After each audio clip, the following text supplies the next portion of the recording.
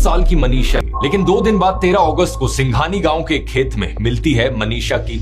तो ब्रो क्या हाल चाल। जैसे कि आपको पता ही होगा, हाल ही में बहुत ही बड़ा एक केस हो चुका है और उसी केस पे ध्रुव राठी ने भी एक वीडियो को बनाया है।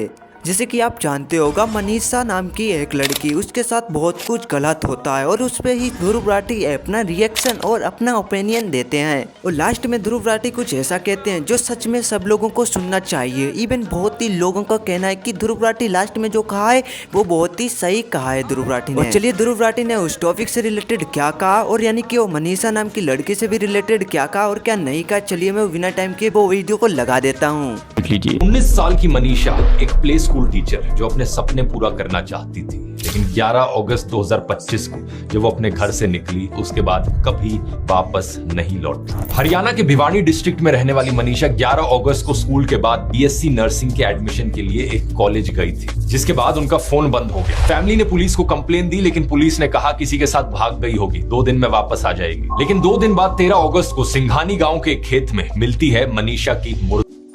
उनका गला कटा हुआ था, कई सारे ऑर्गन्स बॉडी से गायब थे। पुलिस ने फिर जाकर दर्ज किया। भिवानी सिविल हॉस्पिटल की जब पहली पोस्टमार्टम रिपोर्ट निकल कर आती है, बताया जाता है कि मनीषा के गले पर किसी धारदार के निशान मिले। लेकिन 15 अगस्त को पीजीआई रोहतक में दोबारा पोस्ट होता है। अब कहा जाता है कि मनीषा की बॉडी में पेस्टिसाइड मिला और पुलिस कहने लगी कि मनीषा ने तो एक्चुअली में आत्महत्या कर ली पेस्टिसाइड खाकर। अचानक से पुलिस मनीषा की लाश नोट मिलने का दावा भी करने लगी। मिसिंग ऑर्गन्स पर सवाल उठा तो कहा गया कि किसी जानवर के खाने से ऐसा हो गया हो। मतलब हद होती है। जाहिर सी बात है, लोगों ने आरोप लगाया कि पुलिस यहाँ पर कवर अप करने की कोशिश कर रही है, लेकिन लोग सड़कों पर आ गए प्रोटेस्ट करने के लिए। सरकार ने इंटरनेट सस्पेंड कर दिया। ये हरियाणा में एक बहुत बड़ा मुद्दा बन गया है जो स्टेट के लॉ एंड ऑर्डर पर सवाल खड़े करता है। दूसरी पोस्टमार्टम रिपोर्ट में कई सारी इनकंसिस्टेंसीज भी सामने आई, जैसे कि रिपोर्ट में कपड़ों की जांच नहीं की गई थी, जो कि एक बड़ी लापरवाही थी।